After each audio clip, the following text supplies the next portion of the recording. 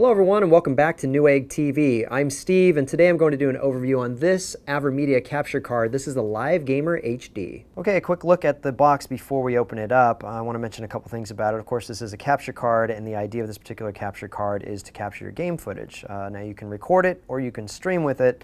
It has the HDMI in and an HDMI out, so you can use it as a pass-through. But beyond that, I just want to talk about a couple things on the box before we open it up. First and foremost, a couple badges on the front. One that it's Windows 8 compatible. Also that it provides a bonus free 3-month premium license for XSplit. So if you're interested in streaming via XSplit, it's an excellent program if you want to use that. There's other software out there as well, but they are providing you with 3 months for free on the premium side. So let me just flip that around and show you guys a little bit more about this particular product before we jump right in. This is actually what it looks like. It is a PCI Express interface, basically X1. And it uses an HDMI or DVI connector. It's actually just HDMI connection on the back, but they probably have an adapter in there to swap it from that to HDMI. Bottom line is, though, you do have the HDMI out as well, which is not being shown by a little label, but I know it's right there. So you can run as a pass-through as one of the particular configurations. Also, it has H.264 encoding built into it. That basically is going to help you be able to offload some of what the CPU would normally have to do in order to compress video and do it on the fly for you. So just basically less overhead for your system while it's running the game. This is going to help out with that. They also provide for you this little hot button, which is essentially like a small hockey puck button that has LEDs in it. And it lets you know that you are recording. Also, it gives you a quick and easy button to push that's not on your keyboard. So if something happens and you just want to hit that button really quickly, you could do that. You could also set it up to be the streaming start and stop button as well. On the right side at the top here, they have the software here, the ReCentral or RecCentral or however you want to pronounce it. Is essentially the AVerMedia's software. In fact, I believe they came up with a new version of that now as well. So you want to go to the website and download that from AVerMedia's website.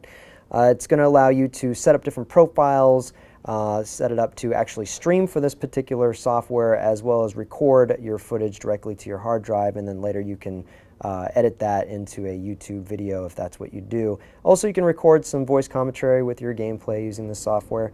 And let me just show you one last thing down here at the very, very bottom are the different supported resolutions. Everything from 640 by 480 up to 1920 by 1080. But one thing you want to keep in mind is, although it will accept 1920 by 1080 at 60 frames a second, it actually will only record 1080p at 30 FPS. So keep that in mind. All right, so we're going to start with the accessories that came inside the box first, and I'm going to talk to you about the Live Gamer HD manual here, the user guide. And I'll flip through to show you guys a couple of the things that are inside of it. I think the most important part of this manual is the configurations. You want to get a good look at these because they are going to show you how you can set up your particular system and how you're going to be recording and what you're going to be capturing from, because you could technically capture from a console if that's what you like to do, if that's what you like to stream as well. So just keep that in mind. Let me see if there's another page here. There's a couple more here as well. But yeah, so it just gives you an idea of all the different kind of configurations you can work with this. That's probably going to give you a little bit of an idea. And they also give you that gift card that I mentioned before for 3 months of the premium version of the XSplit license. So keep that in mind that you are getting 3 months as well. A couple different adapters. As I mentioned before, I actually thought they might have them, which they did. HDMI to DVI connector here. I'm not going to rip it out of the plastic, but you guys get the point. Also, an DVI to HDMI adapter. So depending on which way you're going and what kind of cables you're using, you'll be able to use either of those. Then we also have a 3.5mm audio cable, and that is analog, but you'll be able to use this in order to transmit the audio across, depending on what you're using. You'd think maybe it'd go across HDMI, but you don't always have that option. So then they give you another HDMI cable, or an HDMI cable, I should say. And here's that button that we mentioned earlier. So you can basically hit this on the fly whenever you need to start and stop recordings or start and stop going live. Then, of course, we also have a USB connection at the other end to allow that to connect. And there are LEDs underneath the red here that light up. Depending on what you're actually doing, it will glow in different ways. Also, they have the software CD, which they gave you kind of attached to this little knob here. And of course, that'll give you the Windows 7 and Windows 8 drivers. But you're going to want to go to AVerMedia's website and pick up the most recent version of the software. So, moving right along onto the main event here. Here's the actual capture card itself. Now you can see what they're doing here is just have a sort of a heat sink here that's kind of protecting the area below it. Actually, it's not a heat sink. I'm looking at it now. Yeah, see? It's not a heat sink at all. It's actually a big gap there. You can actually see my shirt in between there. But a little badge there showing you exactly what you got in your hands. The Live Gamer HD hardware encoder. Then if I flip around to the back, you get a look at the PCB there. And essentially, it's just going to plug in into your X1 PCIe slot and give you connectivity for HDMI out and HDMI in. So it's going to capture from here and output that to your monitor if that's the way you want to configure it. That'll also, the HDMI in can come from your video card or from your different other sources like a console, for instance. Also, you have the analog audio. Oh, let me turn it so you can read it. Audio out and audio in 3.5mm plugs here. I want to mention a couple other things too. System requirements I didn't mention so far. You're going to want to have a minimum CPU of, let's say if you're Intel Core 2 Duo E8400 2.4 gigahertz processor, or an AMD Athlon 64 by 2 5600 plus, and that is a 2.8 gigahertz processor. Then you're going to want a video card, a discrete video card. Specifically, they're saying that a VGA card with support for DirectX 9C or above, 512 megabytes of RAM, as well as an empty PCIe X1 slot. Actually, technically, you could use this in any PCIe slot. You're going to need Windows 8 or 7, 32 or 64-bit. Okay, guys, we're going to go ahead and start up the software real quick.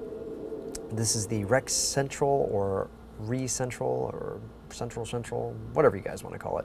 Let me just show you a couple things. Basically, this is going to be a quick overview of the software and a quick demo. Give you guys an idea of what you'll be using if you end up going with this particular AVerMedia device for your solution in capturing your footage. Then if you want to start up here, with it starting up as Windows starts up, you just click that check mark, obviously. You can save your videos to any desired folder you want on your hard drive.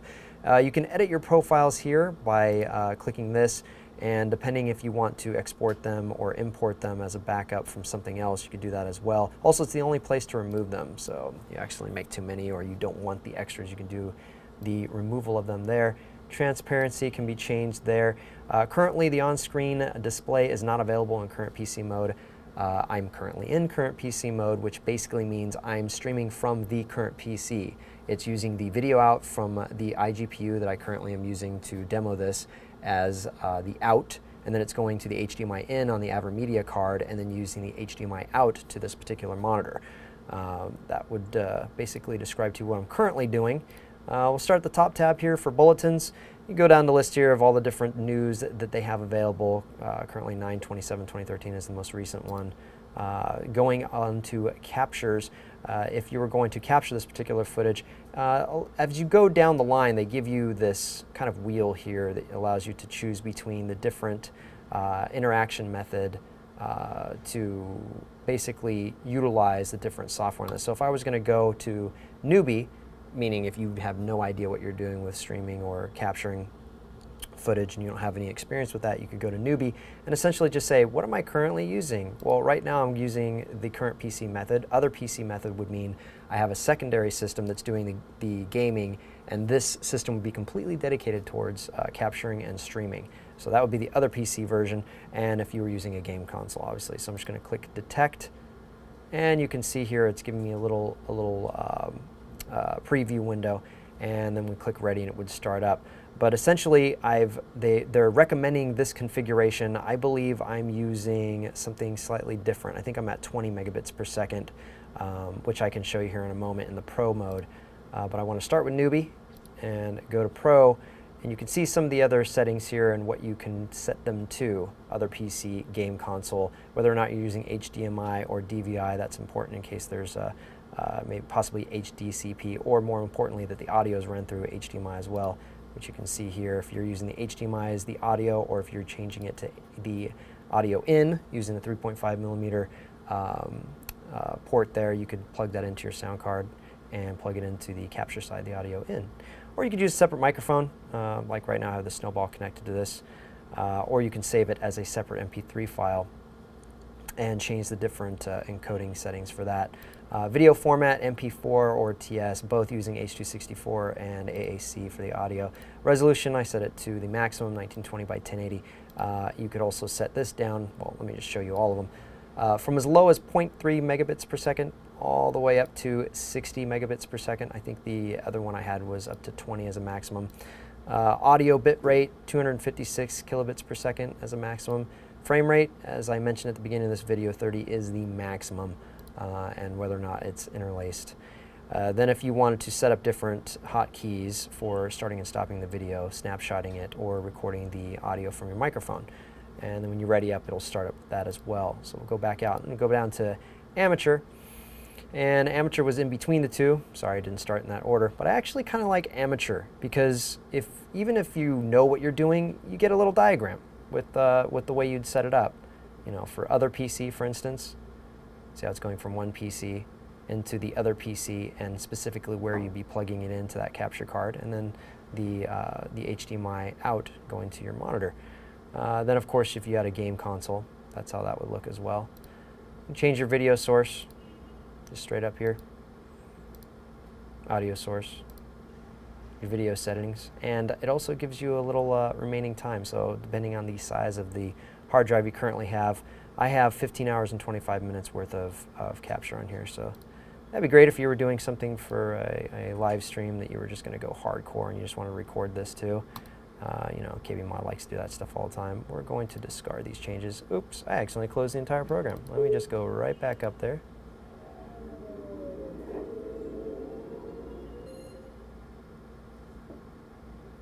And continue on from streaming. Actually, there was one thing I did miss, time shift.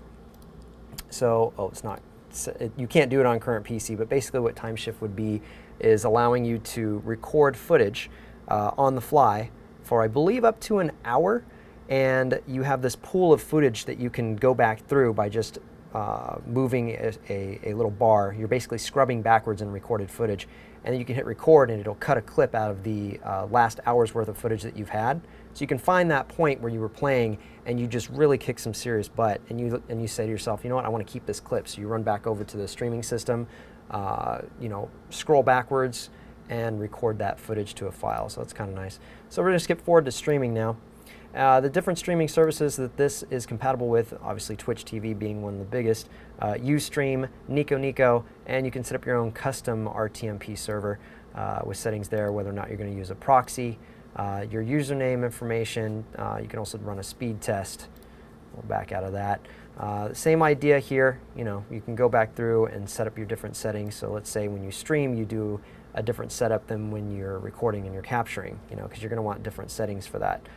Current settings that we have here are just below, so at any given time you can just drop into a different configuration profile, and it would switch to whatever settings you have set up for that particular run, whether it's going to be capture or streaming. Then I just clicked on that button there to show you the videos that were recorded prior. I don't actually have any here, but I would like to record something just to show you guys what you can expect in terms of the quality. Okay, so currently I'm recording from the Rec Central right now, and the Rec Central software, I should say. Let me go ahead and go to our YouTube channel real quick. Whoa. There we go. Oh, that's right. We have the new footage from this. What the heck is a 3D printer? Christmas used to be simple. Don't worry, sir. You can just go to Newegg.com. Yeah, Up to Paul. 50% off on TVs, cameras, headsets, video games. Even 3D printers. Fun fact, Kyle hurt his back on that. Prepare the sleigh. We're going to Newegg.com. Sir, we can just use the tablet. Oh, that's the Oh, spirit. Santa. Newegg.com. He's so funny. All right, everybody, that just about wraps up this overview of AVerMedia's capture card, the Live Gamer HD. If you liked what you saw today, don't forget to click the like button, and if you haven't already done so, click subscribe to any of our various YouTube channels, and we'll see you soon.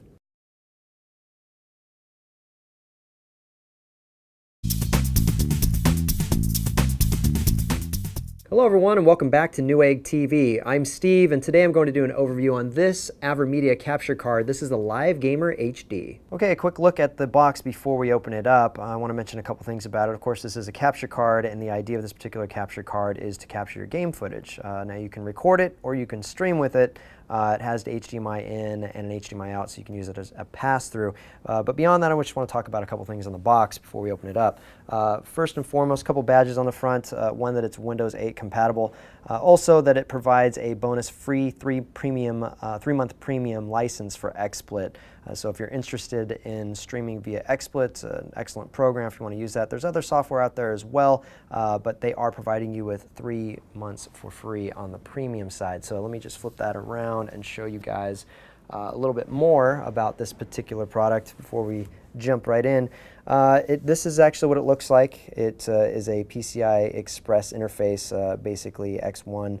And it uses an HDMI or DVI connector. It's actually just HDMI connection on the back, but they probably have an adapter in there to swap it from that to HDMI. Bottom line is, though, you do have the HDMI out as well, which is not being shown by a little label, but I know it's right there. So you can run as a pass-through as one of the particular configurations. Also, it has H.264